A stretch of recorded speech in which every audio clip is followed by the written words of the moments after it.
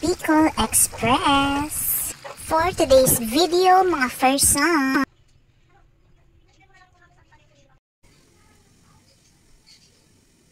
inuna ko munang iluto ang baboy para magmantika.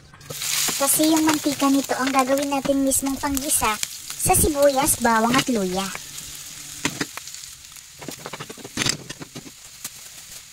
At saka ko nilagay ang bagoong o alamang.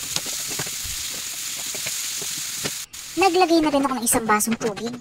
Pinakuluan ko at isinunod ko na asitaw at sigarilyas para maluto yung mga gulay. At pagkatapos ay nilagay ko na itong nagiyelong gata. Hindi lang siya natunaw.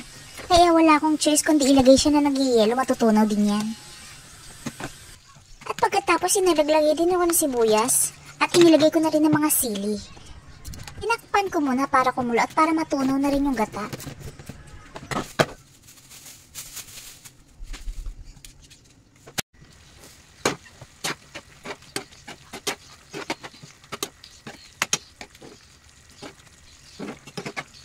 Konting kulo na lang at maluluto na. And yes, perfect! Luto na ang aking Bicol Express.